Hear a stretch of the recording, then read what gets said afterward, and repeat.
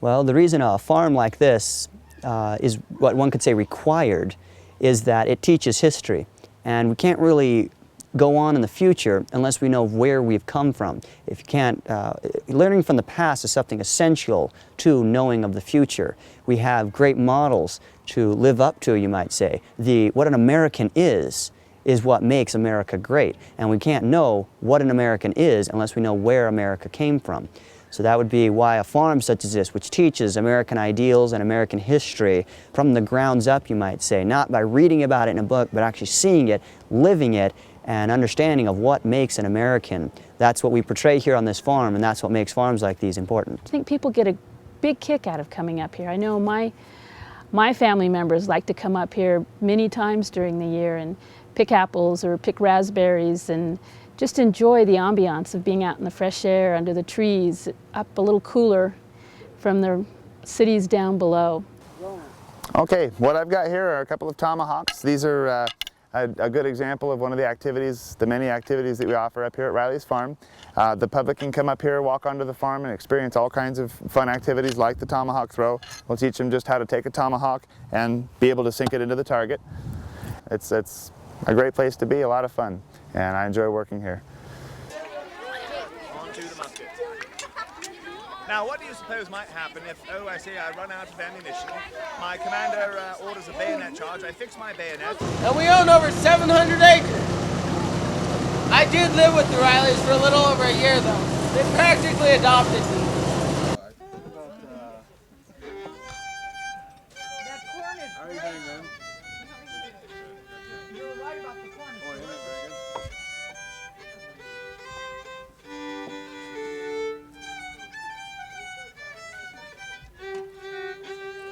My name is Susan Usher, and I work here at Riley's Farm. I've worked here for about the last 2.5 years.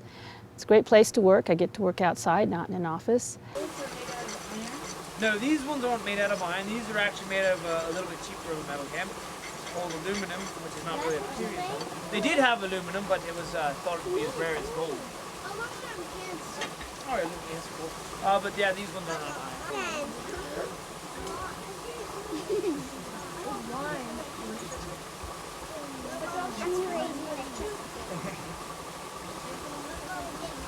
Slipped and went heels over head, rolling.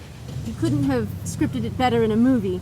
And when I came to land, I'd taken to the habit of wearing pajama pants underneath my costume to keep warmer. And I had a pair of those on underneath my skirt. And when I came to land, my skirt was high enough that the children could see those pajama pants, which were, let's just say, not period colors. They were neon oranges, neon pinks, neon greens, and bright, happy otters dancing around playfully. Well, the children saw that, so did the rest of my colleagues, and they started falling over themselves laughing. And the redcoat who had been playing the drums came over and said, "Is anything injured but your pride?" I said, "Nope, just the pride." Now, it's definitely a lot different working here at a farm than it is working in a big corporate office where most architects work behind a cubicle or at a desk. My office is tucked away back inside a 1880s barn. I remember the first month I was here, my barn office back there is one of the few ones that has any heating in it because I went out and bought some heaters. And we had some chicks hatch from the hens that first month. So they came back and they brought a box of chicks, newborn chicks, back and set them in my office to keep them warm while I'm working away at my computer trying to come up with building design. So that's definitely something you might not experience at other larger companies. So it's really a unique experience working out here.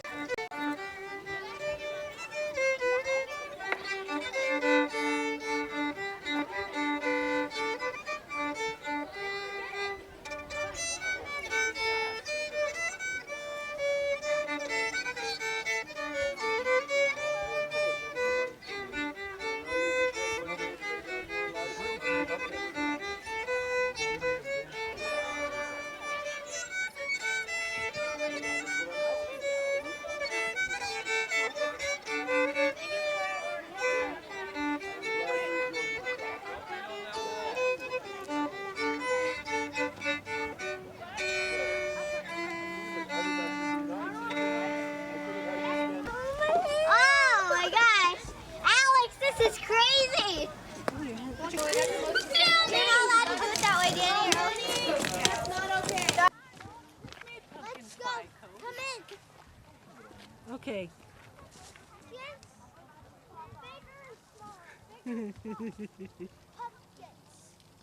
Darker. Wow, you got it, Cody. Good job, pumpkin picker. Let me see that pumpkin. Hold it up close for me. Oh, that's a beautiful pumpkin. Great. Thank you.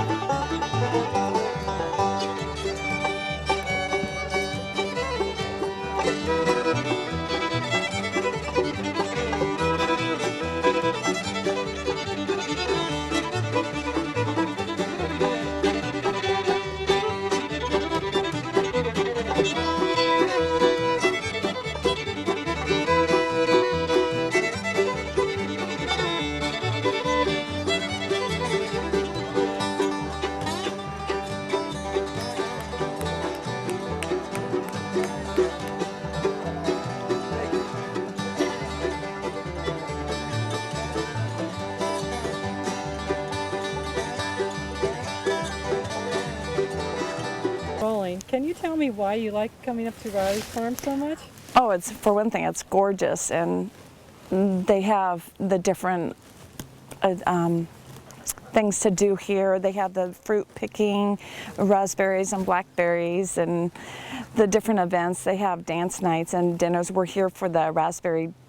Actually, it's the berry date night tonight. So after we get finished here, we'll be going to dinner at, me and my husband. So that's exciting, and it's just nice. I'm looking forward to keep coming up here every time a new fruit comes up for season, so we can, come up here and visit.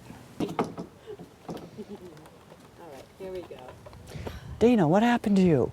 You look normal. I know, it won't happen again, honest. Okay. See that it doesn't. Well, now that I'm up here. Well, first of all, we're a bit of a hybrid between conventional agriculture, small farms, family farms, and an educational establishment. We have a little of both. We do raise somewhere on the order of 4,000 to 5,000 fruit trees, and we raise sweet corn and pumpkins and various row crops, strawberries and raspberries and so forth. But we don't really, nor would we ever think that we could actually provide a living for the number of people that we actually do just by selling produce. So we have the challenges of dealing with Mother Nature and bringing in a crop and trying to sell it. But we really mix that with our education products, which are Revolutionary War reenacting and Civil War living history and living history balls and dinners and that sort of thing. So our primary income really is using the backdrop of a farm to educate kids about the Revolutionary War. And people ask, well, what does farming have to do with war reenactments? And I think maybe the easiest way to illustrate the connection. Years ago, I was reading some transactions between living historians online, and they were Civil War reenactors, and they were talking about various places they had reenacted the Civil War. And one of them said that he knew he had hit a new low when he had flanked the baseball diamond for the 5th time.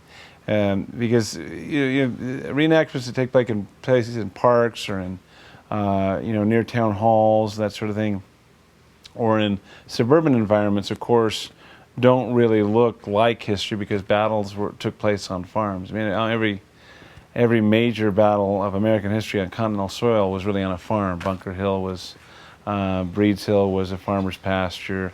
Gettysburg was farm company and farm country, and Saratoga was farm country, and really, major American battles took place on farms. So we early on agreed to do Civil War reenacting because they looked at our farm, at the landscape of it, the breadth of it, and they said this would be the perfect place to reenact a battle from the Civil War. And even people like Steven Spielberg agreed and did movies like Amistad here, and we did lots of work for the History Channel and Discovery Channel and that sort of thing. So farming and education are a good mix for us.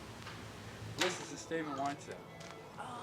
That's a little one. They're usually a little bit bigger. Stamen wine set. It's a patented apple. You cross a Jonathan with a Red Delicious, and this is what you get. A Jonathan with a Red Delicious. Invented by Blackie Wilshire. Wow. He invented an apple called the Glen Seedling, which you cross a Skinner with a Pippin, and you come up with a Glen Seedling. This is the only place in the world to get it. It also has a patent number.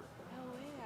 I didn't know apples had patent numbers. Well, this one, they were invented by a specific grower, and he applied for the patent. So now if the Rivers brothers over there want to grow Glen Seedlings, they have to get permission from Blackie Wilshire and buy them from him, or make some kind of arrangement. Fascinating. Now the idea behind Glen Seedlings is if you thin them properly and water them properly, one apple will make a 10-inch apple pie. Really? Yeah. I didn't know that. One apple? One apple will make a 10-inch apple pie or an apple dumpling. Oh, yum. Good. But that's not this. This is the wine sap. A Glen Seedling is green, and it's the size of a softball. Wow. Now I understand. They're really good. How many years have you been? 57 years. 57. Me and Dirt, we got the same birthday. I'm as old as Dirt. Oh boy. You? A couple dinosaurs? No. Yeah. Want that? Go ahead and bite into it. See what you think. It's a something Stamen wine set? Exactly right. Sap. Stamen wine sap. wine sap. Take a big old bite. Chew it right up. That's a genuine mountain-grown apple right there. You can only get that one place on earth, right here on this ranch. Yeah. Can't get that in the store. Thanks. Pretty good, huh? Cody loves apples. Price is right, eh? Have some fun, pal. I just want to talk a little bit about the challenges of working here and what's entailed. We do school tours, we do dinner events, we do weddings, private events, and I'm involved more with the living history end of that, getting people to come and do actors, getting them trained, keeping things going. I do what you might say stage manage a lot of these events. And they can be quite challenging because we can get a call at 8 in the morning that a school is canceled or a school's bringing 40 more kids, and so we have to do a lot of last-minute adjustments, moving people around. And of course there's always the personnel issues.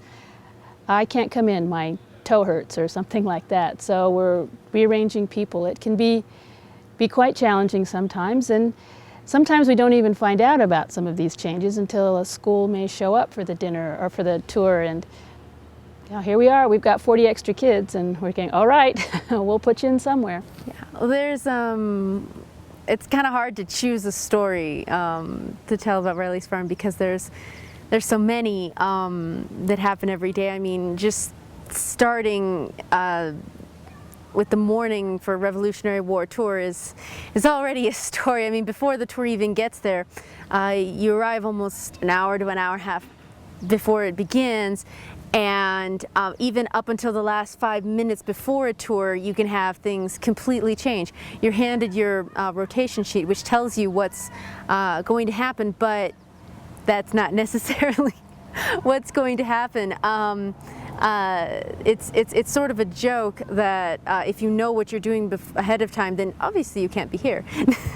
But that's more because so much happens, and there's so many things that happen just in life that you really notice here.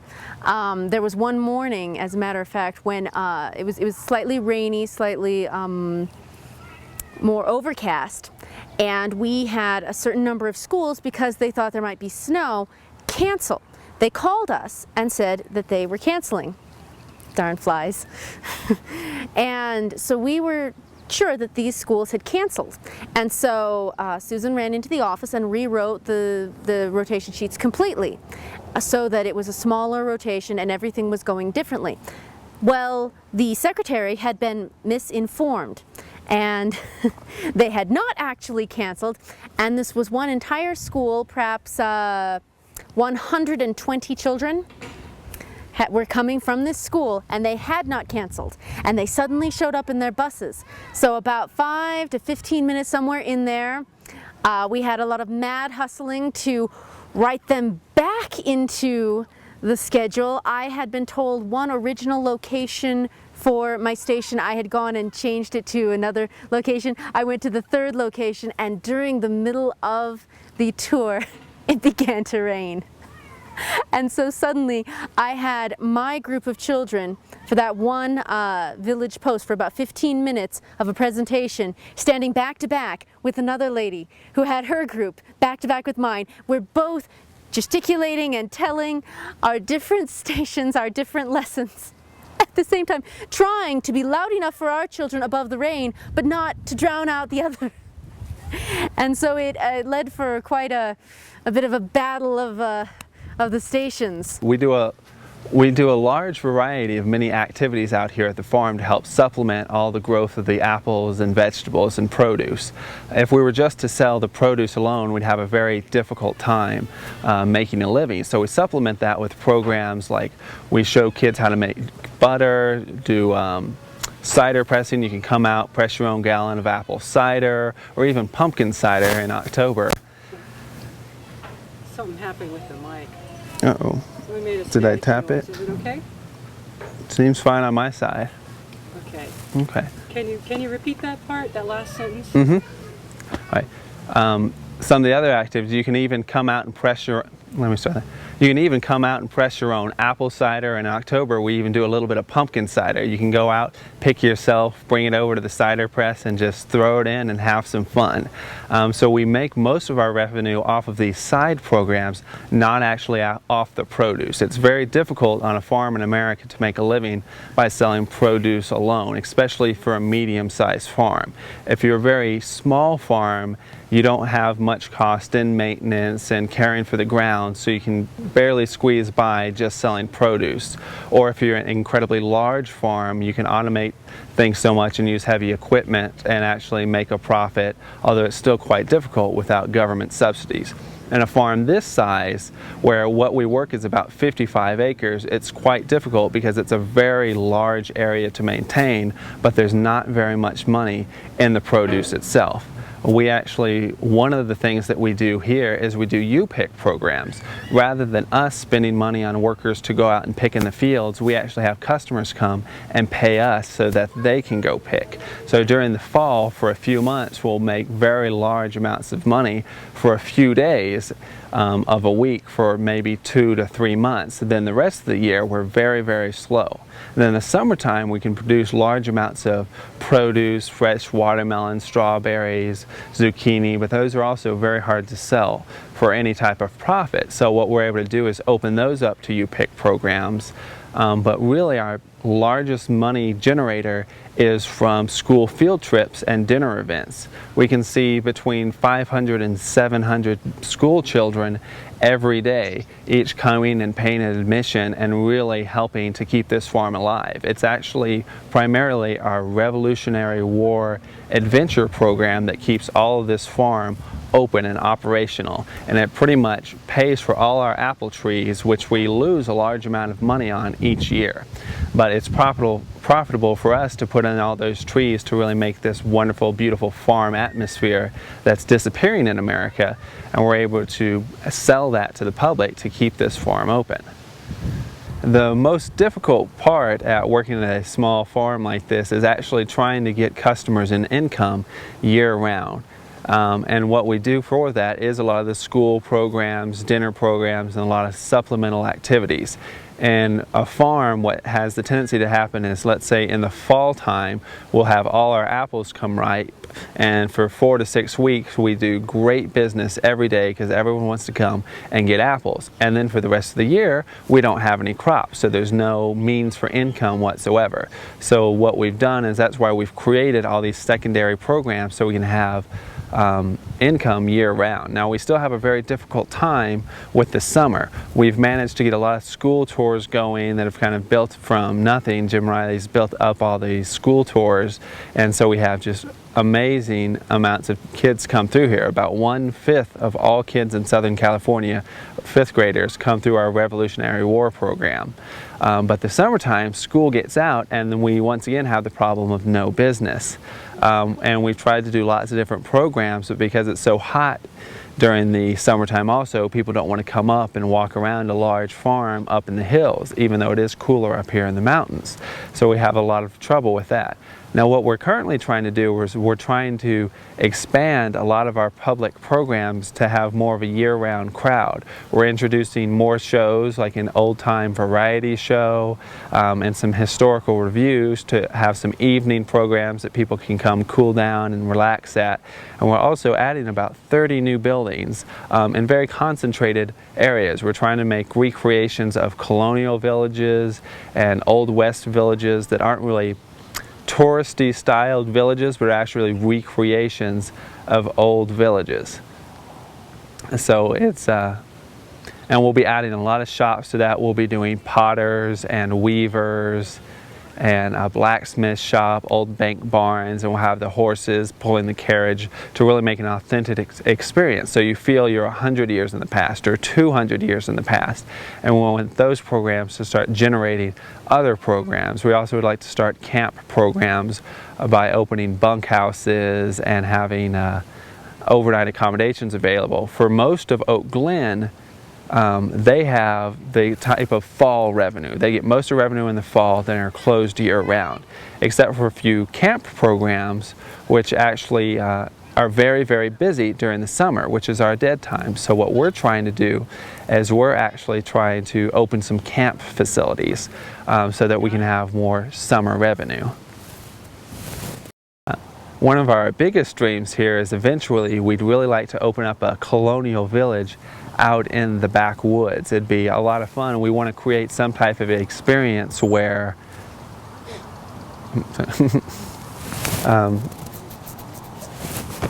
not worry too much about it. Now he's No, it's okay. I'm sorry, I distracted you by doing that.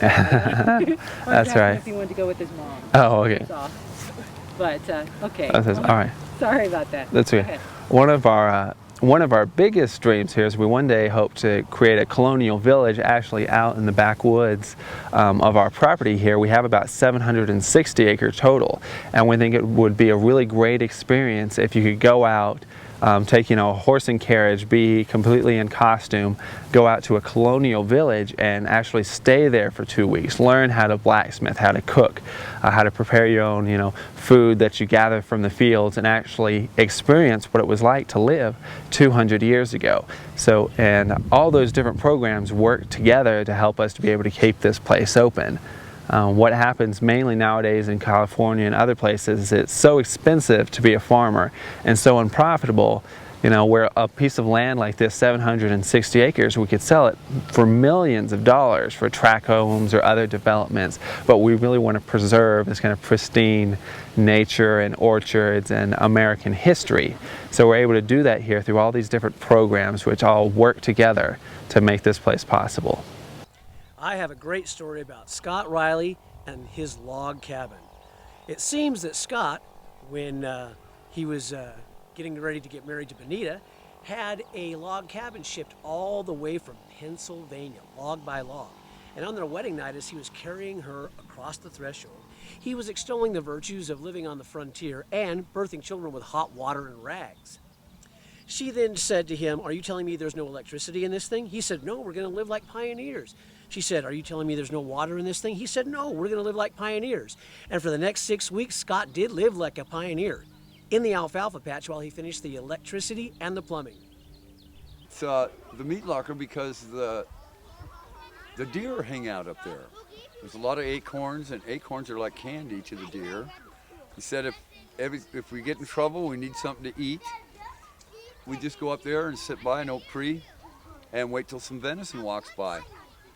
And we would cut and package hundreds of pounds of venison and sell it down the hill in Redlands and in Yucaipa, San Bernardino, to get by during the 30s when times were so tough. We would be taking truckloads of, it looked like apple cider to the Elks Club, but it was truly bonded whiskey. And we got through the rough periods that way.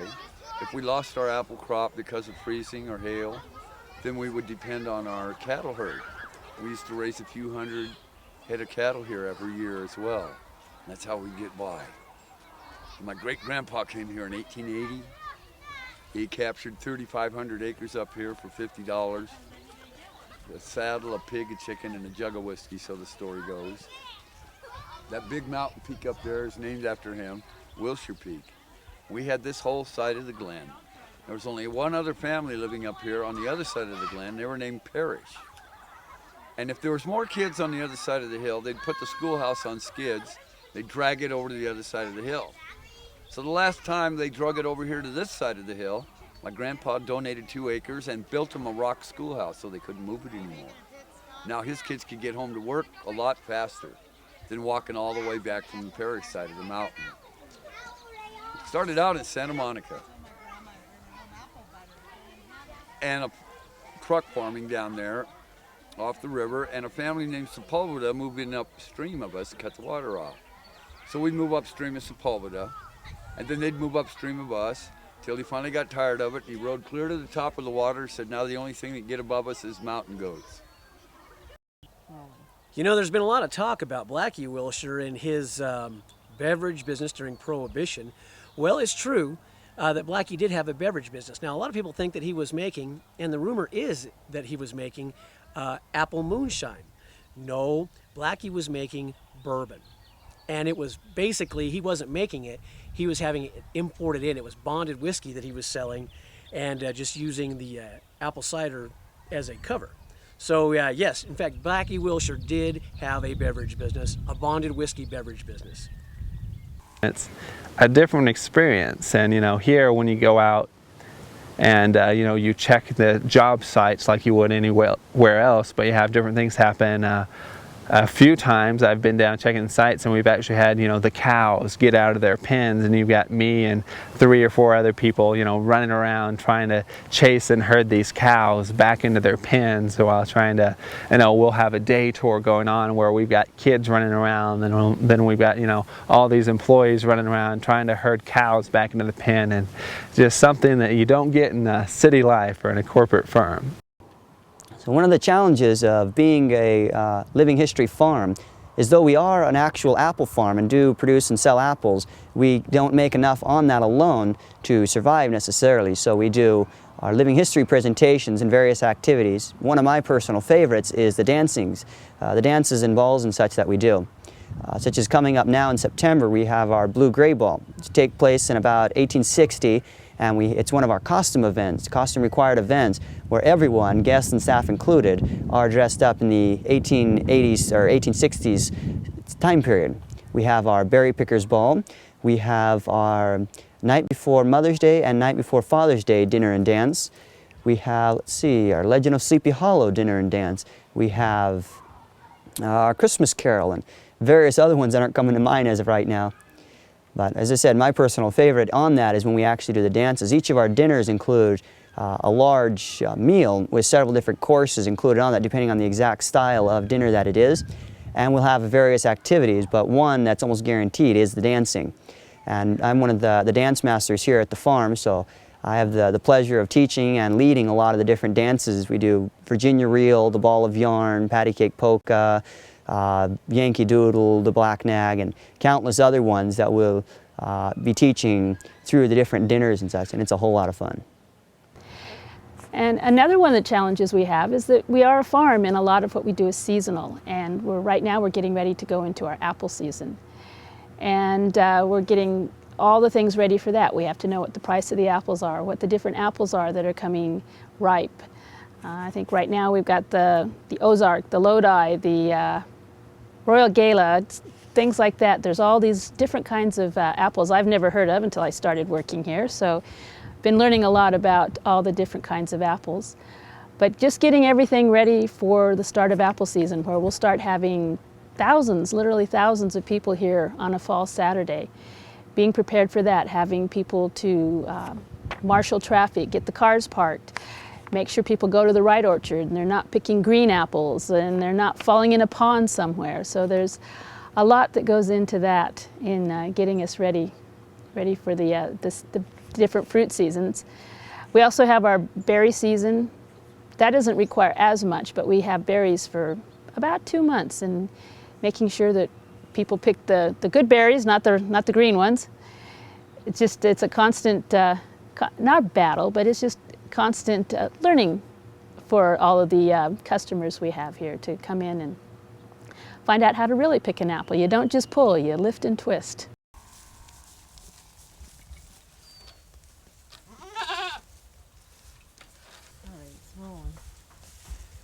The history of this property is very colorful. In 1847, George T. Wilshire was part of the Mormon Battalion. They were enlisted in Salt Lake City with the aid of Brigham Young to help fight in the war with Mexico. They marched all the way through Las Vegas, then came down through this area, Redlands, San Bernardino, Los Angeles, then San Diego. After the enlistment was up, George Wilshire decided that he would like to stay in Southern California. It's a lot warmer in Southern California than it is in Utah. So he brought his family down here, and part of that family was his son, Joe Wilshire. Now, Joe was a very young man at that time, and over the next 20 years, kind of a little story developed. First, George went to Newport Beach, where they started a horse ranch. They quickly decided that probably Newport Beach wasn't going to ever amount to much, and they moved to the Los Angeles Basin and immediately plowed a large road called Wilshire Boulevard. And then the Sepulveda family moved in, and they plowed a very large road called Sepulveda Boulevard, and they kept jumping each other's water claims. Well, this went on, like I said, for about 20 years, and finally Joe decided he was going to find the furthest water claim upstream that he could. So he came into this area, and indeed he found a 200-foot high waterfall over the next canyon, and he claimed it.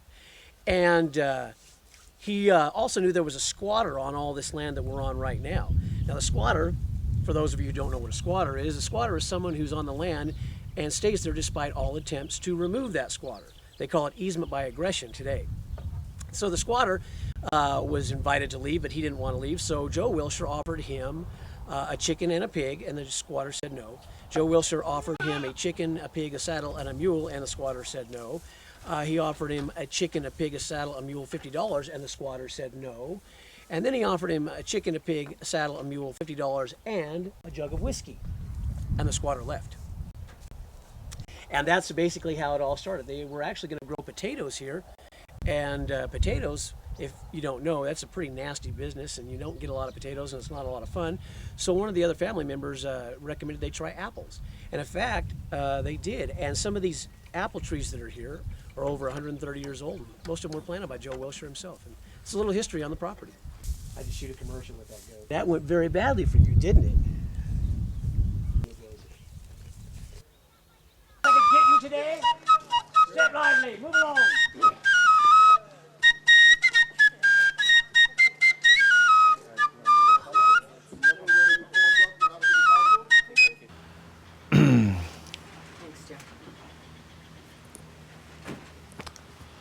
Well, American battle history really doesn't take place in municipal parks with neat manicured lawns and little blacktop trails. It really occurred on farms, and so we were approached years ago by some Civil War reenactors to do battle reenactments, and it was a perfect environment to reenact things like Gettysburg and the Revolutionary era Saratoga and Bunker Hill, Breeds Hill, because that's all farm country. And so when you wonder what it's like to run a small farm, we really don't run a small farm. We do raise crops, and we use them as loss leaders to educate people about farming and about American history. So we're a very unconventional small farm, as small farms go. I have another question here. Let's see. How do we make it? We basically are a trial and error farm in some ways. We try lots of different things. We do living history dinners where we'll bring up Civil War reenactors and everybody is dressed in antebellum clothing, and we have Civil War brass bands, and our guests pay to be part of a dinner in the past. So that's one of our more popular programs. We have Sleepy Hollow, which is a celebration of Washington Irving's timeless tale of romance and hijinks, and not Tim Burton's weird, perverted, strange, psychotic, soul-desiccating version of the story. We try to bring people into the past, into the simplicity of the past, and we find that our customers who are trapped in suburban and urban environments like to be out in a place where there really are no fences, and there's lots of neatly laid out orchards and pumpkin fields, and you want me to repeat that? Yeah, because I got the noise of them coming down. Well, we find that our customers like being in open spaces where there's neatly laid out orchards and pumpkin fields and very few fences, and they're willing to pay for those spaces by, buying dinner from us or buying Americana. I mean, quill and ink sets and paper and looms and that sort of thing, and period clothing, but mostly I think what our mainstay has been is reenacting the Revolutionary War for school children. And out here in California, there's not very much Revolutionary War living history. Even in the reenacting community, there's not very many reenactors who take that as their hobby, as their era. And so we found that there was an open market for telling the story of the 18th century in America. And if you ask a child today whether they'd rather be tried by a judge or a jury, oftentimes, most of the time, they're going to say they're instinctively going to say a judge. But constitutional history tells us that the jury is the last barrier against a bad law, and many Americans, fought and died for those rights, and we find that it's an engaging way in this country setting to teach those rights, because so when we were going through our CUP battle, someone asked us if we could tell the story of the Revolutionary War without muskets, and one of our employees had the presence of mind to say that we didn't get our country by asking nicely, and that drama is worth reliving and re-experiencing. We know that the story of English liberty throughout history is a story of a fight. It's the story of the gentry telling the nobility, "You will not take our goods from us without our consent. You will not take our right to worship from us. We will be burned at the stake rather than to worship as you tell us to." And it's a whole story of a long fight. I mean, Charles I and Cromwell and George III, who was a spoiled brat on the throne, who thought he deserved the vassal slavery of his American subjects. And when you compare his excesses of power, though, and you look at the present day and you say, Hugo Chavez is shutting down the opposition press in Venezuela. Castro, the old crippled tyrant, was an enemy of freedom of worship in his country. The world is just full of dictators and of people who've been willing to abuse the rights of their people. And so we never tire of telling new generations that they live in a country where they have the right to worship as they choose, where they can speak their minds, where they can be tried by a jury. And not only should they expect these rights, but they should demand them. So, and you really can't teach that without showing the struggle of how they were achieved. And so we found that there's really no end to the audience for that message. People, we ran into an interesting, actually aggravating aspect of California land use policy out here at Riley's Farm in Oak Glen, and that we found out that everybody wants more places for kids and families. They want more parks, they want more schools, they want more, in our case, living history venues. They want all that, but they don't want them next to where they live. It's the not in my backyard syndrome, the NIMBY syndrome. And what we found up here in Oak Glen was that there are a lot of folks who buy 2 or 3 acres of land and they think they've bought the rights to 3,000 or 4,000 acres of solitude. So somebody opens up a camp for kids next to them, and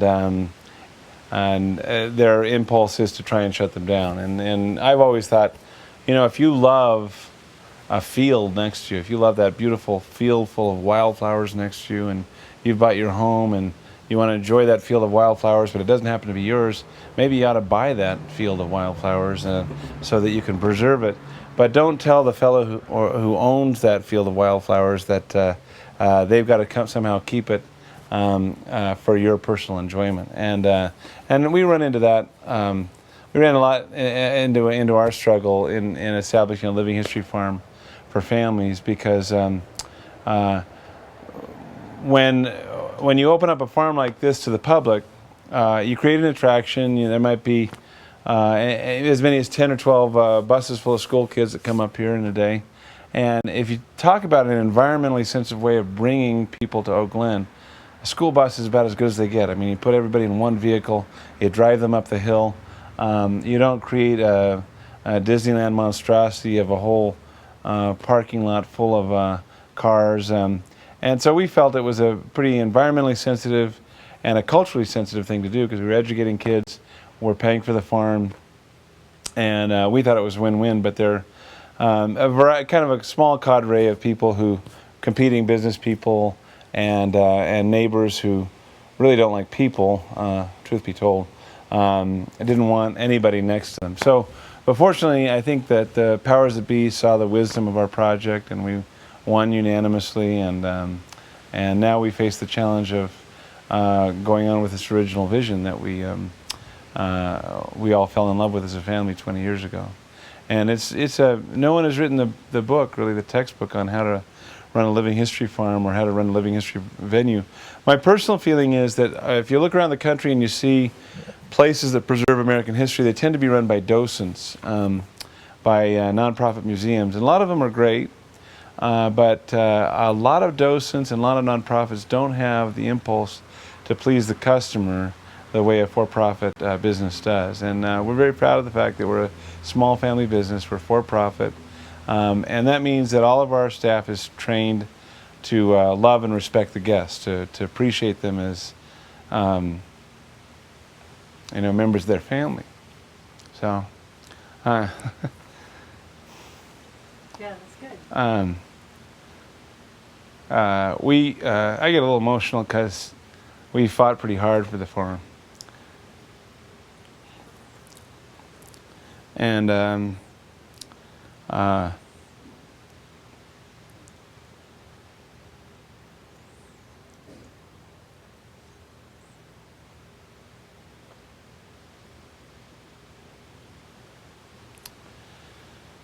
there's very few people who see it, who don't express their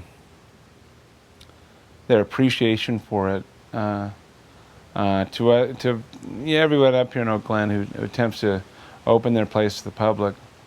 But it's a very daunting thing. I mean, one person trips and breaks their leg, and you have to deal with personal injury and attorneys. You have to deal with regulation of a sort that's just frankly obscene in California. I mean, when we were applying for our permits, one of the potential requirements was a visual impact study. And a visual impact study is, you pay some civil engineer out of college to drop an expensive $8,000 or $9,000 study on how your project was going to visually impact the community. And I told him, I said, that's nonsense. This is a barley field. This is a New England meeting house. This is a cider barn. I'm not going to do a visual impact study so that I can line the pockets of some civil engineer and make the bureaucracy happy, you know. And I think that, you know, there's a lot of regulation that has merit. I mean, certainly fire safety and, you know, public health for serving food and so forth. But there's a lot of hyper-regulation in California, and I don't think it has anything to do at all with public safety. It has something to do with giving the bureaucracy something to do and giving a patronage system to politicians who want to give away taxpayers' money to keep their constituency happy. So I think that we're always up against that. There's always a fight, I think, between good and evil. We represent good. The other side is evil as far as I'm concerned. And I don't care who knows it.